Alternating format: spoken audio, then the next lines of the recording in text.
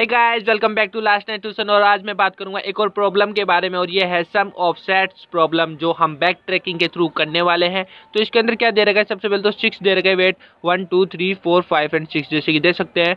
और इनका total weight इन्होंने 30 दे रखा है एन, यानी कि इसके कितने स्टेप यानी 6 है। तो अब मैं इसमें बात करूँ इन सब के टोटल को देखे तो एज कम्पेयर टू इससे तो बहुत ज़्यादा है। लेकिन हमें क्या करना है, सम ऑफ सेट्स यानी कि ऐसे ऐसे सेट्स ढूंढने हैं जिनका ये मतलब टोटल करने पे 30 निकल जाए। लेट सपोज अगर मैं जैसे 5 और 10 को लूँ एंड देन 15 को ऐड कर दूँ तो ये बन गया मेरा 30।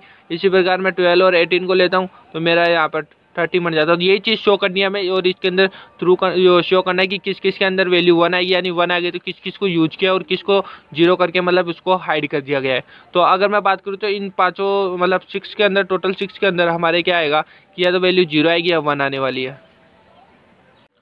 तो अगर जैसे कि मैं नॉर्मली डेप्थ फर्स्ट सर्च के थ्रू इसको करने बैठूँ तो लेट सपोज जैसे कि मैंने x1 के ऊपर 1 लिख दिया और या फिर ये मेरा क्या आएगा 0 आ गया, तो 0 आएगा 1 आएगा इस फर्स्ट स्टेप के अंदर।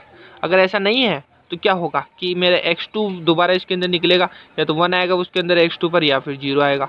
ऐसा नहीं है तो x3 पर मेरा क्या आएगा 1 आएगा और मेरा x3 पर 0 आएगा। सिमिलर इस केस में आएगा x3 पर 1 आएगा और x3 पर 0 आएगा। ऐसे मैं इसमें निकालूंगा 0 के केस में and more than further more ऐसे बहुत सारा चलता जाएगा। और अगर अपन देखें तो 6 स्टेप है तो 2 की पावर 6 हो गई। तो इसको सोल्व करने बैठेंगे तो हमारा रिजल्ट आता है, तो ये आता है 64। ओ माय गॉड, इतना निकालना थोड़ी बैठेंगे। तो इसके लिए हम इसलिए यूज करने वाला है बैक ट्रैकिंग कोड, देखते हैं कैसे सोल्व होने वाला है। तो हम इसके लिए सबसे पहले वो करेंगे, हम स्टेट स्पेस ट्री बनाने वाले हैं।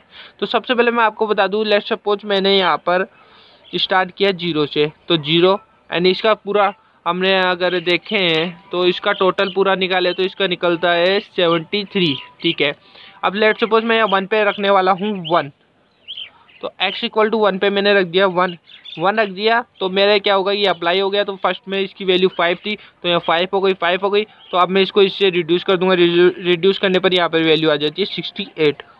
अगेन मैं x2 के ऊपर जैसे जाता हूँ तो मैंने सपोज किया कि इस पर दोबारा 1 आएगा। तो मेरे केस में यहाँ क्या हुआ कि ये ऐड हो जाएगा 10, तो 10 ऐड हो गया तो ये मेरा टोटल हो गया 15, और इसको 10 से रिप्लेस कर दूंगा तो मेरा आ गया यहाँ पर 58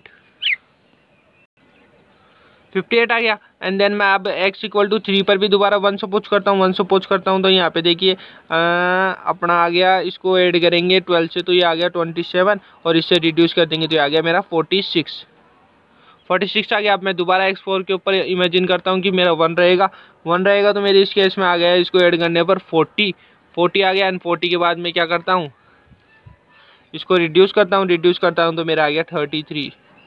लेकिन वेट कीजिए गाइज, वेट कीजिए, मेरे को तो 30 लाना था, या 40 हो गया। मतलब इस केस में ये तो 1 पे 0 नहीं होगा, तो ये बाउंडेड फंक्शन की तरह यहाँ पर कैंसिल हो गया।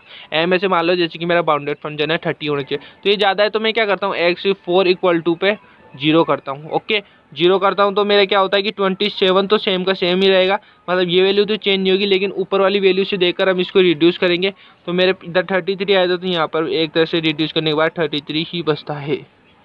अब आगे इसके अंदर जैसे कि x इक्वल टू 5 के ऊपर सोल्व करते हैं तो 1 के केस के अंदर, तो यहाँ पर अगर मैं ऐड करने बैठूंगा तो यहाँ पर जैसे कि 27 प्लस 15 देखें तो ये आ गया हमारा 42, एंड इसको रिड्यूस कर देंगे तो ये मेरा बच गया तुम्हारा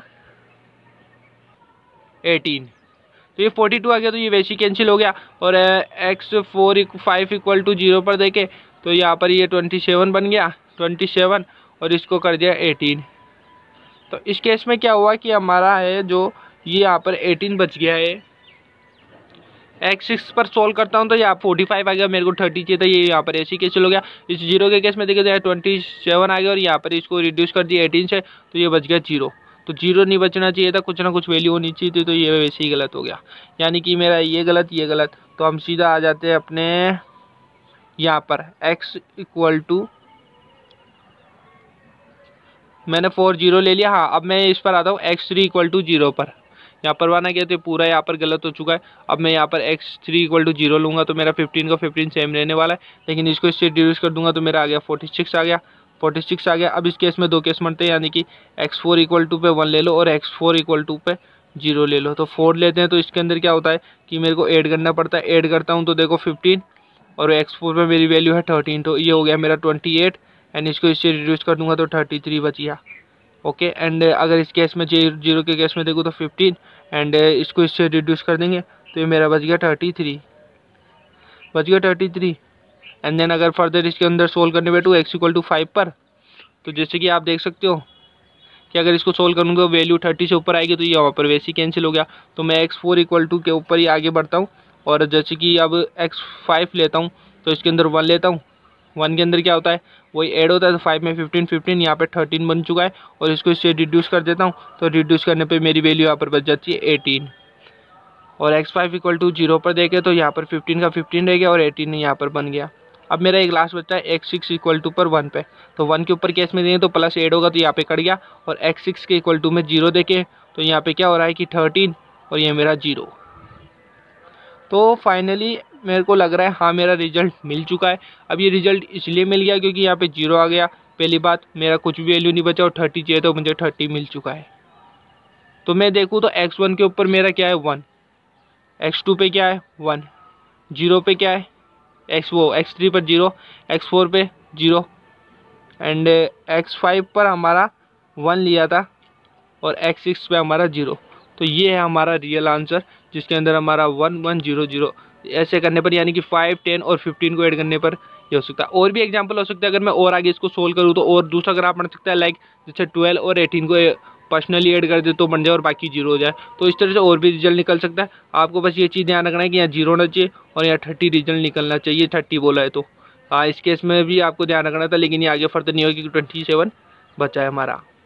अब देखो इसके अंदर एक चीज़ और बता दूँ, 2 फॉर्मूले निकलते हैं कि xi = 1 से लेकर k तक, जिसमें wi xi + wk + 1 <= m। ये किस केस में है, ये इस केस में है कि जैसे कि आपकी वैल्यू 30 थी तो 30 से ज़्यादा नहीं होना चाहिए इनका योग, यानी कि यहाँ पर देखो 40 आ गया था। तो इस केस में ये फॉर्मूला ये बता रहा है कि 30 से ज़्यादा नहीं होनी चाहिए, इसलिए ये चीज़ कट हो गई। एक चीज़ हमारी एक और सोल्व की थी जिसके अंदर हमने बताया था i = 1 से k wi xi प्लस में समीशन i = k + 1 से n तक wi = ग्रेटर देन m होना चाहिए। तो ये केस किस केस में आया, ये केस हमारा है यहाँ पे देखिए कि यहाँ पर क्या है, आपको ये निकालने की वैसे ज़रूरत नहीं होती, लेकिन मैंने इसको सोल्व करके दिखा दिया।